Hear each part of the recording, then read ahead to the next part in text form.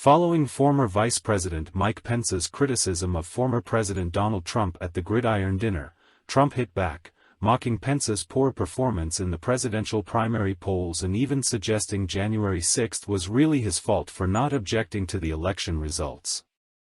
"It's this latter line," argued Lincoln Project strategist Tara Setmayer on MSNBC's The Readout on Monday, that actually incriminates Trump even further. Donald Trump has responded to Mike Pence's remarks at the Gridiron, and this is what he said. He blames Pence for January 6. Had he sent the vote back to the legislators, they wouldn't have had a problem with January 6, so in many ways you can blame him for January 6, basically admitting that that was the purpose of the mob, said anchor Joy Reid. So Trump is basically saying, yeah, that mob was there to kill you if he didn't give me the election, and the proof is they came to get you. And if I'm a Department of Justice lawyer, I'm writing that down. Doesn't Trump always do that? He always admits to the crime, said Setmayer. And he turns it around and blames everybody else. It's always about projection. He's been saying this and blaming Pence since January 6 and prior to that.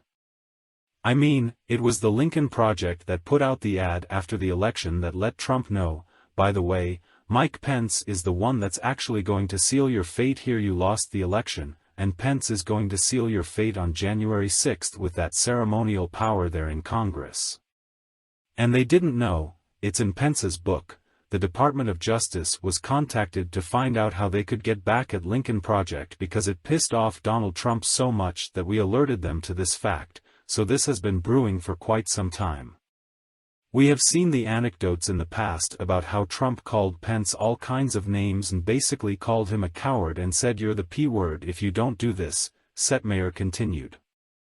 And, Pence has been cowardly in a lot of ways.